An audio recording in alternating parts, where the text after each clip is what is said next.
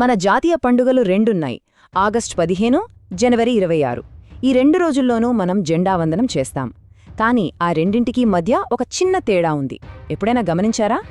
ఆ తేడా వెనుకే మన దేశం ఒక రిపబ్లిక్గా ఎలా అవతరించిందో చెప్పే ఒక పెద్ద కథే ఉంది. పదండి, ఈరోజు ఆ కథేంటో చూద్దాం. సరే, ఇప్పుడు అసలు విషయంలోకి వద్దాం. స్వాతంత్ర్య దినోత్సవం రోజున ప్రధానమంత్రి ఏం చేస్తారు? జెండాని స్తంభం కింద నుంచి మెల్లగా పైకి లాగుతారు. దీన్నే మనం ధ్వజారోహణం అంటాం. కానీ గణతంత్ర దినోత్సవం రోజున అలా కాదు. రాష్ట్రపతి అప్పటికే పైకి కట్టి ఉన్న జెండాని కేవలం విప్పి ఆవిష్కరిస్తారు. ఇవి కేవలం 2 వేర్వేరు పద్ధతులు అనుకోవచ్చు కదా. కానీ అసలే తేడా ఎందుకు? దీని వెనుకున్న అసలు అర్థమేంటి? ఈ చిన్న మార్పు మన దేశ చరిత్ర గురించి ఏం చెబుతోంది? ఈ 2 పద్ధతుల వనుకున్న ఆంతర్యం అర్థం చేసుకోవాలంటే మనం స్వాతంత్ర్యం వచ్చిన ఆ రోజుకి వెళ్ళాలి. ఆగస్టు 15, 1947. 100 ఏళ్ల బానిసత్వం తర్వాత పుట్టిన ఒక కొత్త దేశం. ఆ రోజు జెండాను కింద నుంచి పైకి లాగడమనేది చీకటి నుంచి వెలుగులోకి, బానిసత్వం నుంచి స్వేచ్ఛలోకి ఎదుగుతున్న ఒక జాతి ఆకాంక్షకు గుర్తు. అది ఒక కొత్త శకానికి ఆరంభమన్నమాట. మరి గణతంత్ర దినోత్సవం రోజున జెండా ఆవిష్కరణ? అది పూర్తిగా వేరే కథ. అప్పటికే మనం స్వతంత్ర దేశం. మన జెండా ఆకాశంలో సగర్వంగా ఎగురుతూనే ఉంది. సో దాన్ని మళ్లీ కింద నుంచి పైకి ఎగరేయాల్సిన అవసరం లేదు. కేవలం ఆవిష్కరించడం ద్వారా మనం ఏం చెప్తున్నామంటే, మేమప్పటికే స్వతంత్రులం, మమ్మల్ని మేమే పరిపాలించుకోవడానికి ఒక సర్వోన్నత చట్టాన్ని, అంటే మన రాజ్యాంగాన్ని అమలు చేసుకుంటున్నాం అని ప్రపంచానికి గట్టిగా ప్రకటిస్తున్నాం. అయితే మనకు స్వాతంత్ర్యం వచ్చిన వెంటనే మనం రిపబ్లిక్ అయిపోలేదు. ఆ రెండింటి మధ్యలో కొన్ని చాలా కీలకమైన సంవత్సరాలు గడిచిపోయాయి. వినడానికి ఆశ్చర్యంగా ఉండొచ్చు, కానీ 1947 నుంచి 1950 వరకు మనం సాంకేతికంగా ఒక బ్రిటిష్ డొమినియన్గానే ఉన్నాం.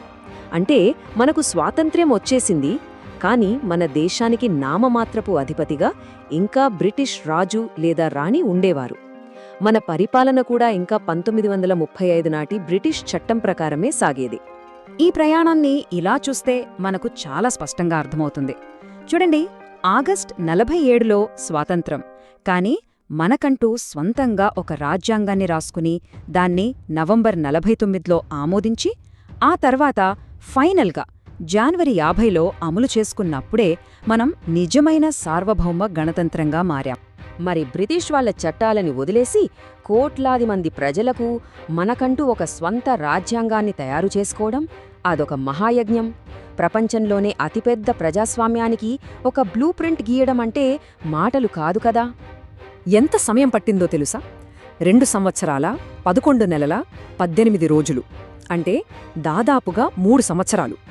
ఊహించండి, రాజ్యాంగ పరిషత్లోని సభ్యులందరూ మన దేశ భవిష్యత్తు ఎలా ఉండాలి అని రాత్రింబవ్వళ్లు చర్చించి వాదించి దీన్ని రూపొందించారు.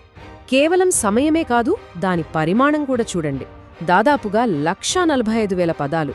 ప్రతి అంశాన్ని, ప్రతి హక్కుని, ప్రతి బాధ్యతని ఎంత వివరంగా, క్షుణ్ణంగా పొందుపరిచారో దీన్నే బట్టే మనం అర్థం చేసుకోవచ్చు.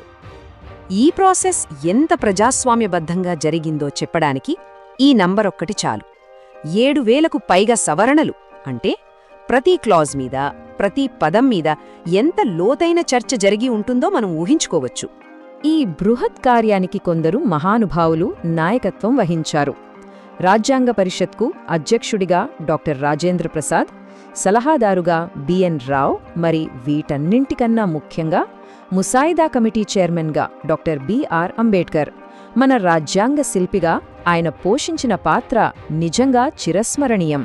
మన రాజ్యాంగ నిర్మాతలు ప్రపంచంలోని ఉత్తమమైన వాటిని స్వీకరించడానికి అస్సలు వెనుకాడలేదు. అమెరికా నుంచి ప్రాథమిక హక్కులు, బ్రిటన్ నుంచి పార్లమెంటరీ వ్యవస్థ, ఫ్రాన్స్ నుంచి స్వేచ్ఛ, సమానత్వం, సౌభ్రాతృత్వం లాంటి ఆదర్శాలు. ఇలా ఎన్నో దేశాల రాజ్యాంగాల నుంచి స్ఫూర్తి పొంది మన దేశ అవసరాలకు తగ్గట్టుగా వాటిని అద్భుతంగా మలుచుకున్నారు. సరే, ఇంత కష్టపడి రాసిన ఈ రాజ్యాంగం యొక్క ఆత్మ ఏంటి? ఇది ఒక కొత్త భారతదేశాన్ని ఎలా ఊహించింది? దాని గుండె చప్పుడేంటి? దాని పీఠికలోనే ఆ ఆత్మ మనకు కనిపిస్తుంది. భారతదేశాన్ని ఒక సార్వభౌమ, సామ్యవాద, లౌకిక, ప్రజాస్వామ్య గణతంత్ర రాజ్యంగా తన పౌరులందరికీ న్యాయం, స్వేచ్ఛ, సమానత్వం, సౌభ్రాతృత్వాన్ని అందిస్తానని మాటిచ్చింది. ఇవి కేవలం పదాలు కావు, కోట్లాది మంది ప్రజలకు మన రాజ్యాంగమిచ్చిన హామీలు. కానీ ఆ హామీలు నెరవేర్చడం అంత సులువు కాదని రాజ్యాంగ నిర్మాత డాక్టర్ అంబేడ్కర్కు బాగా తెలుసు. అందుకే ఆయన ఒక హెచ్చరిక చేశారు.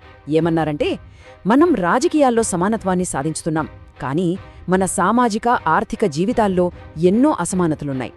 ఈ వైరుధ్యాన్ని మనం వీలైనంత త్వరగా పరిష్కరించుకోకపోతే కష్టపడి సాధించుకున్న ఈ రాజకీయ ప్రజాస్వామ్యం ప్రమాదంలో పడుతుంది అని ఆయనెప్పుడో హెచ్చరించారు. ఇదంతా బానే ఉంది, కానీ ఒక ప్రశ్న మిగిలిపోయింది. రాజ్యాంగాన్ని నవంబర్ 1949లోనే ఆమోదించారు కదా, మరి దాన్ని అమలు చేయడానికి 2 నెలలు ఆగి ప్రత్యేకంగా జనవరి 26 తేదీనే ఎందుకెంచుకున్నారు? దానికి కారణం 2 దశాబ్దాల క్రితం జరిగిన ఒక చారిత్రక సంఘటన. భారత జాతీయ కాంగ్రెస్ పూర్ణ స్వరాజ్ అనే ఒక చరిత్రాత్మక తీర్మానం చేసింది. అంటే మాకు బ్రిటిష్ వాళ్ళిచ్చే డొమినియన్ హోదా వద్దు, మాకు కావాల్సింది సంపూర్ణ స్వాతంత్ర్యమే అని గర్జించింది. పూర్ణ స్వరాజ్ తీర్మానాన్ని ప్రకటించి దేశమంతటా మొదటి స్వాతంత్ర దినోత్సవంగా జరుపుకున్నది ఎప్పుడంటే జనవరి 26, 1930. ఆ చారిత్రకమైన రోజుకు గౌరవంగా 1930లో కన్న ఆ కలను 1950లో నిజం చేస్తూ అదే రోజున మన రాజ్యాంగాన్ని అమల్లోకి తెచ్చారన్నమాట. చూశారుగా, మన రాజ్యాంగం అనేది చరిత్ర నుంచి పుట్టింది, కాని దాన్ని భవిష్యత్తు కోసం నిర్మించారు. మరి ఇంతటి గొప్ప పత్రం 100 కోట్లకు పైగా ఉన్న భిన్నత్వంతో నిండిన ప్రజలకు నిత్యం ఒక జీవన మార్గదర్శకంగా ఎలా నిలవగలుగుతోంది? ఇది మనం ఆలోచించాల్సిన విషయం.